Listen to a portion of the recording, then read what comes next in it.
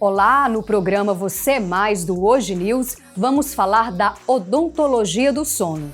Sabia que muitas doenças podem ter sua origem ou agravamento devido aos diversos distúrbios do sono existentes? Mas qual é o papel do dentista relacionado ao sono? Quem vai trazer mais detalhes sobre esse assunto é a odontóloga Ana Paula Dias. Obrigada por nos receber. Muito obrigada, Raquel. Bom dia a todos. Bom, a odontologia do sono, ela é uma área que está ligada à medicina do sono, que ela trata todos os aspectos relacionados ao sono e principalmente das doenças que trazem malefícios à saúde do paciente no geral. Então, ela está relacionada principalmente ao bruxismo e à apneia obstrutiva do sono, que são os dois casos mais graves relacionados à odontologia e que são de tratamento relacionado também à odontologia. Como a odontologia pode tratar a apneia do sono?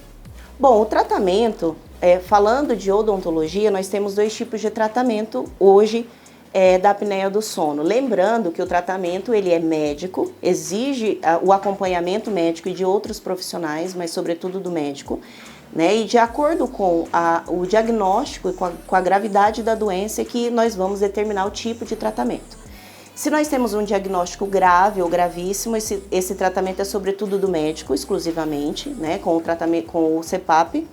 Se nós tivermos uma apneia de leve a moderada, a odontologia entra em campo. Nós temos duas formas, ou a cirurgia ortognática, que vai fazer, a cirurgia vai abrir as vias aéreas desse paciente, tá? Ou então nós temos os aparelhos intraorais, que são aparelhos que vão protruir a mandíbula, ou seja, vai jogar essa mandíbula para frente, e quando o paciente dorme em oclusão, essa mandíbula para frente vai liberar a via aérea e vai evitar com que ele tenha ou o ronco, que é o turbilhamento, né, da garganta, ou que ele tenha a obstrução mesmo da via aérea, que seria a apneia, que vai ocasionar as paradas respiratórias. Então são esses dois tipos de tratamento no âmbito odontológico. Lembrando que sempre tem que ter acompanhamento médico.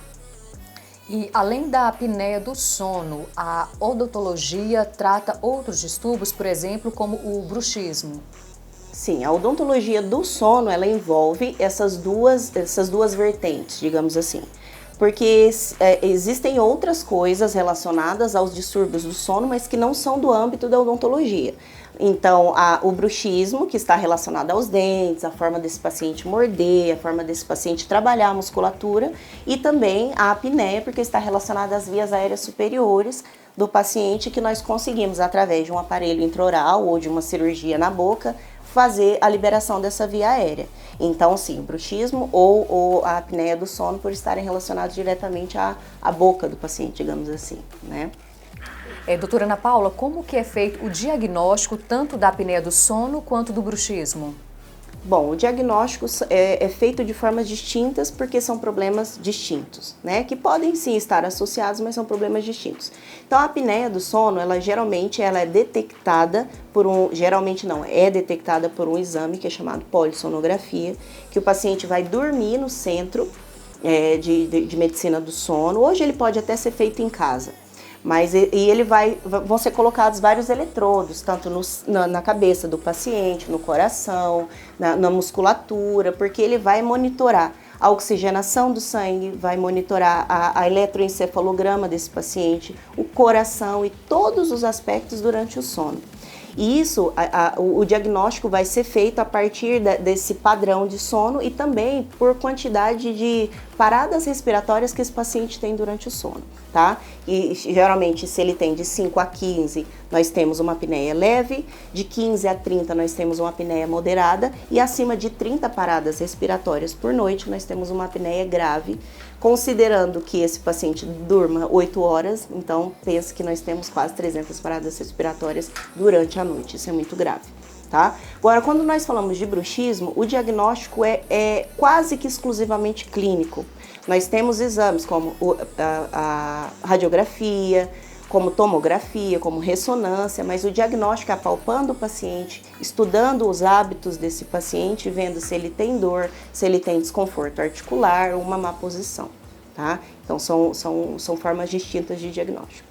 Muitas pessoas têm dúvida como é que funciona o aparelho do sono. O aparelho do sono, ele é tecnicamente chamado de aparelho protrusor. que seria um aparelho protrusor? O paciente vai morder, são duas placas correlacionadas, né, associadas entre si por meio de um anexo, né, metálico, que quando o paciente morde, a mandíbula vai um pouco para frente quando ele está dormindo. Isso faz com que a via aérea do paciente seja liberada e ele consiga respirar de forma natural, de forma como ele deveria, tá? Lembrando que esse aparelho, ele tem uma titulação, ou seja, a quantidade de protrusão que esse paciente pode ter, geralmente é 70% do avanço máximo, a gente pede para o paciente morder. Deu X, nós vamos titular, ou seja, protruir 70% de toda desse avanço máximo. Tá? E aí sim a gente vai ter a liberação dessa via aérea. E falando sobre o ronco, a pessoa que ronca, ela tem apneia do sono ou nem sempre? Olha, nem sempre, apesar de ser um grande indicativo de que seja. Se a gente for ver o diagnóstico, né, diagnosticar o que é o ronco, o que é a apneia, definir o que é um, o que é outro, o ronco ele é o turbilhamento dos tecidos da mandíbula, da garganta. Então ela movimenta dependendo da posição, ou da quantidade de gordura, por exemplo, ou pela quantidade, tonicidade muscular. Então é só o barulho propriamente dito. Ele é um grande indicativo de que essa pessoa tem parada respiratória durante a noite. Sempre vai ter? Não. Às vezes acontece de pessoas terem só o ronco e não terem a apneia. Mas uma vez que você tem o ronco, é importante que você busque a polissonografia, busque o profissional para ver se isso não está causando a parada respiratória durante a noite. Tá bom? E como os distúrbios do sono, ele é tratado pelo dentista? Bom, o tratamento, né, da apneia relacionada à odontologia, nós temos duas formas, ou a cirurgia ortognática ou o aparelho intraoral. Lembrando que também nós temos a responsabilidade de encaminhar esse paciente quando isso não é do âmbito odontológico, ou seja, encaminhar para o médico, que sempre tem que estar ali de acordo com o tratamento, ou o fisioterapeuta, por exemplo, que vai tratar a tonicidade muscular da garganta desse paciente, ou até mesmo outros tipos de cirurgia do médico de cabeça e pescoço, não só o médico especialista em medicina do sono. Então a nossa atuação vai em todos esses âmbitos propriamente dito. Doutora Ana Paula, você explicou que esse tratamento depende não só de um profissional, como por exemplo o dentista. Então sempre quando for diagnosticado, há necessidade de outros profissionais da área ou nem sempre? Olha, é um tratamento multidisciplinar, isso é um fato. A diferença é que existem necessidades diferentes de cada paciente. Existem pacientes realmente que vão chegar, que vai chegar no consultório e apenas a tonicidade muscular desse paciente não tá boa e eu vou encaminhar esse paciente para a fonoaudióloga. Tá? Às vezes eu tenho uma forma grave que eu vou ter que utilizar um aparelho CPAP, que é o padrão ouro de tratamento hoje, para casos graves. E eu vou, às vezes, ter que encaminhar para uma cirurgia. Então, isso depende. Realmente, não é nem sempre, importante falar, nem sempre é uma abordagem com todos os profissionais. Isso vai depender. É importante que todos os profissionais tenham consciência do tratamento desse paciente, da condição desse paciente, mas nem sempre ele vai precisar passar por todos os profissionais. Você falou em cirurgia. Vamos supor um exemplo, o paciente fez a cirurgia, depois de ter feito a cirurgia, é algo assim que já que tem a cura definitiva ou não? Nem sempre por a pessoa passar por a cirurgia quer dizer que ela foi curada. Como é que funciona? Olha, depende. Porque acontece sim de fazer a cirurgia, hoje é uma cirurgia, a cirurgia ortognática, começa que é a do âmbito odontológico. Geralmente resolve sim, porque a gente vai ter um reposicionamento para sempre, né, permanente dessa mandíbula, então vai liberar as vias aéreas. Acontece de, por exemplo, o paciente fazer a cirurgia ortognática e ainda ter apneia, acontece por tonicidade muscular, por posição, às vezes é uma apneia posicional, tá? Então acontece, mas geralmente com a cirurgia, que é um tratamento mais digamos assim, intenso, né, vai resolver sim, tá? E a apneia do sono, ela pode ocasionar outras doenças? Ela vai ocasionar outras doenças, inclusive gravíssimas. Existem órgãos mundiais hoje que cuidam desse aspecto, porque hoje é a doença, né, a apneia do sono é uma doença que mais mata indiretamente no mundo. Por quê? porque ela vai causar outras milhares de doenças relacionadas ao coração, por exemplo, insuficiência cardíaca, porque a parada respiratória vai diminuir a quantidade de oxigenação do sangue, vai fazer com que o coração trabalhe mais intensamente para compensar essa queda de oxigenação. Então, isso vai induzir a insuficiência cardíaca, problemas renais, alteração de níveis de glicemia no sangue, além dos problemas que são muito comuns de acontecer, que são acidentes de trânsito e acidentes de trabalho devido à sonolência excessiva, irritabilidade desse paciente, cansaço constante. Então, é uma doença que traz muitos outros malefícios e que mata muito no mundo hoje. Cerca de 30% das pessoas no mundo, estima-se, né, que têm apneia e que desconhecem esse fator. Em relação à apneia do sono, ela muitas vezes pode ser confundida com outras doenças? Pode ser e muitas vezes é confundida. O paciente muitas vezes... Primeiro, porque os distúrbios do sono nem sempre são respiratórios. Né? Nós temos distúrbios que são relacionados ao sistema nervoso central, que esse paciente não manda impulso do cérebro para que ele respire, então ele tem parada respiratória relacionada a isso. Existem fatores, por exemplo, como insônia, outras síndromes que não estão relacionadas à apneia do sono. Então, pode ser confundida, por isso que exige um tratamento e um diagnóstico feito com um profissional especializado, porque pode ser confundido. E muitas vezes o paciente está cansado, o paciente está estressado, isso pode ser várias coisas, vários aspectos que não somente isso. Claro que tende a ser, mas a gente precisa diagnosticar. Agora falando sobre o bruxismo, o tratamento do bruxismo só é com aquela placa ou tem outras formas de tratamento? Olha, não existe hoje um tratamento padrão preconizado para bruxismo. Começa por aí, porque isso é um aspecto multifatorial. A gente tem um aspecto envolvido que é o emocional do paciente, nós temos aspectos relacionados à função desse paciente, temos vários aspectos. Então, a gente resumir em tratamento com a placa seria a gente negligenciar todos esses fatores relacionados ao paciente. É o tratamento indicado de primeira escolha? Sim. Mas existem outras coisas que vão fazer. O comportamental, seja de um aplicativo, por exemplo, fazer com que esse paciente em vigília pare de apertar. Existem tratamentos como laser terapia para aliviar dor. Botox é um auxiliar também, apesar de não tratar. Tá? Existem fisioterapeutas fazendo massagem, que ajudam também na tonicidade muscular e no hábito. Então, a placa não é o único tratamento, apesar de ser, na grande maioria das vezes, a mais indicada na situação. Em relação ao tratamento da apneia do sono, esse tratamento dói, tem algum desconforto? Não, de forma alguma. Começando assim, dependendo do tipo de tratamento que vai se prescrever para esse paciente, existem efeitos colaterais sim. Por exemplo, o CPAP, que é o tratamento para apneia grave e gravíssima, existem alguns efeitos colaterais, porque é um aparelho que joga pressão positiva nas vias aéreas desse paciente quando ele tem o colapso da via aérea. Geralmente esse paciente vai ter um pouco de dor de estômago, esse paciente vai ter gases e tudo, mas é um tratamento que infelizmente ou felizmente ele vai ter que fazer, e hoje existem aparelhos muito modernos. Quando a gente fala em odontologia do sono, nós temos a cirurgia ortognática, que também tem um incômodo durante o processo, tá? O processo pós-operatório, mas que no decorrer do tempo é muito tranquilo, tá? E resolve muito bem. E os aparelhos intraorais, eles já têm algum efeito, às vezes um desconforto muscular, às vezes ele tem uma alteração oclusal ali, por isso que precisa ser muito bem titulado, justamente para evitar o efeito colateral o máximo possível. Agora, doer não, de forma alguma ele não dói. Uma questão que muitos gostariam de saber, se tanto a apneia do sono quanto o bruxismo tem cura? Bom, são coisas assim, são diagnósticos muito diferentes um do outro, tá? Vamos falar primeiro do bruxismo. O bruxismo não, ele não tem cura, ele tem controle. Porque envolve aspecto principalmente emocional desse paciente, então ele tem altos e baixos.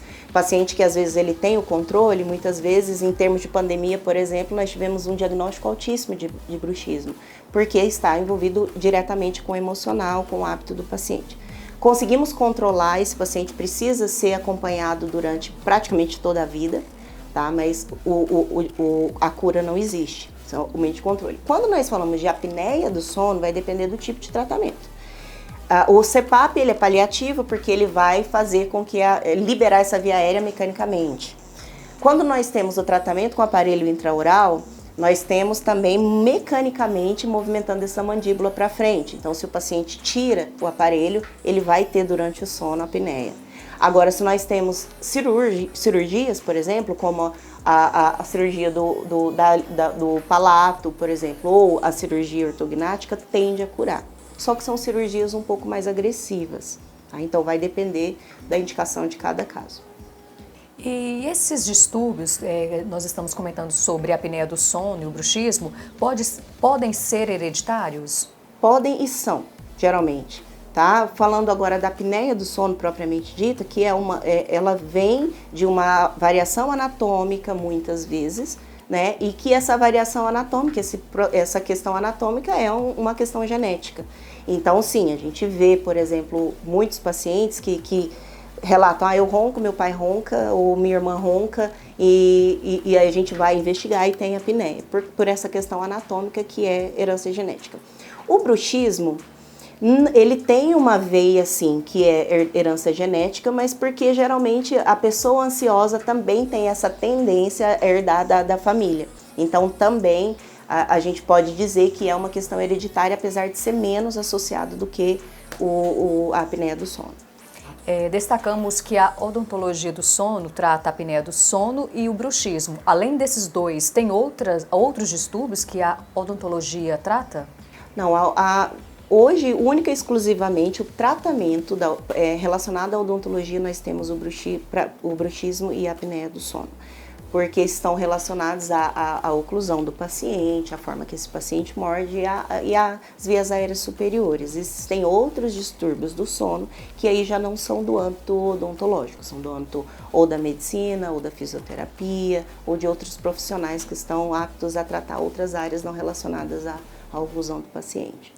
Doutora Ana Paula Dias, qual o recado que você passa para as pessoas que estão passando por esses problemas, tanto de apneia do sono quanto o bruxismo? Olha, primeiramente eu queria dizer que é importante que essas pessoas se olhem, tá? E olhem os parceiros, olhem as pessoas que estão ao redor também, para entender que isso é grave e que precisa ser diagnosticado. Muitas vezes as pessoas não dão a devida importância para isso, ou às vezes estão com um cansaço muito grande, ou estão com dor muscular muito terrível, e a tendência disso com o tempo é piorar e trazer malefícios muito grandes. Então, se eu tenho um conselho de profissional de saúde que eu posso dar, é que procurem um profissional, não negligenciem essa condição e respeitem e escutem o corpo de vocês. Existem pessoas que podem tratar, que podem trazer benefícios, diminuir esses malefícios e trazer condição melhor de vida para todo mundo. Acho que seria isso. Doutora Ana Paula, muito obrigada por nos receber e por esclarecer questões tão importantes quanto a apneia do sono e o bruxismo. Eu que agradeço mais uma vez o convite e fica aí para todo mundo essa dica, espero que todo mundo tenha gostado. E é bom lembrar que o acompanhamento de um profissional é extremamente importante. Final de semana chegou, ainda não tem nada programado? Está por fora das programações culturais? Vitória e Isabela estão chegando com muitas novidades. E para quem quer ficar em casa, tem dicas de cinema.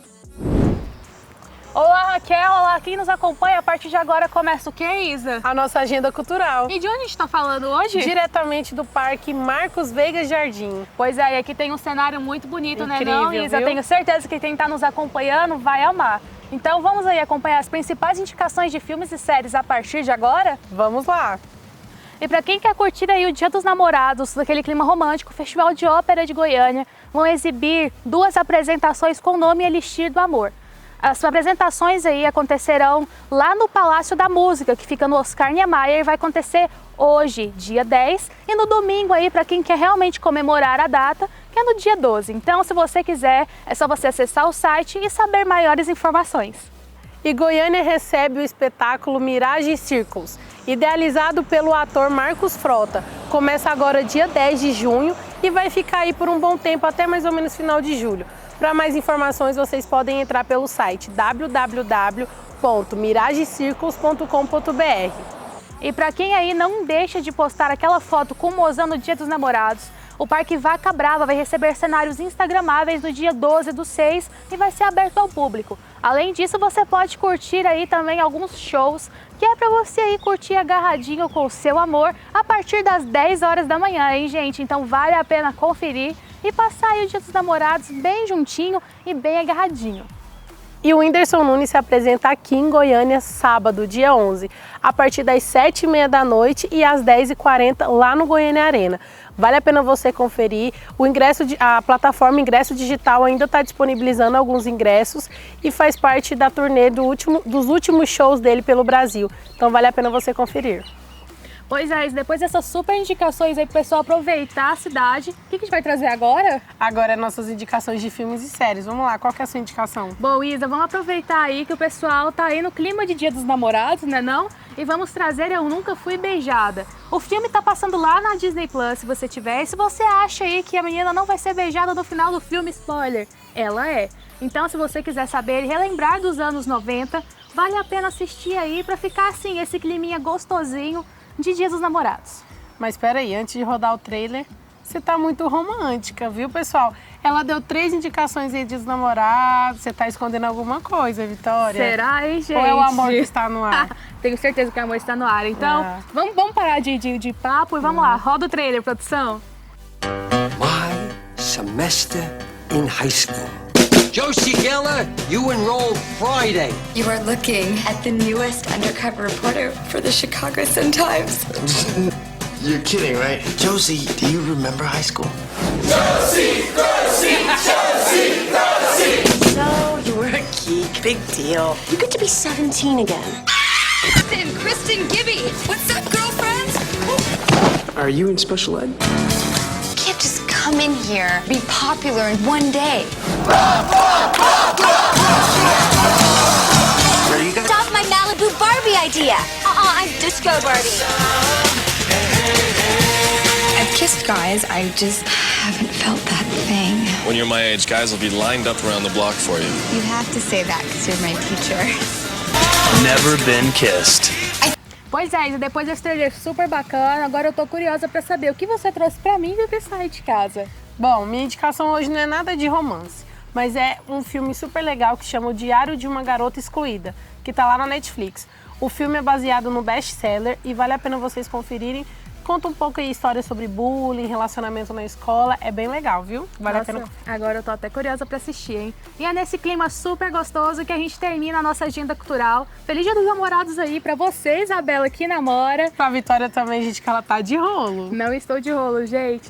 E você aí aproveitar junto, seja solteiro, com amigos ou até namorando, o final de semana, né não, Isa? É isso mesmo, e viva o amor. Bom final de semana pra vocês e curte, compartilha. Não esqueçam de deixar um comentário, viu? Até a próxima semana, gente. Tchau, tchau.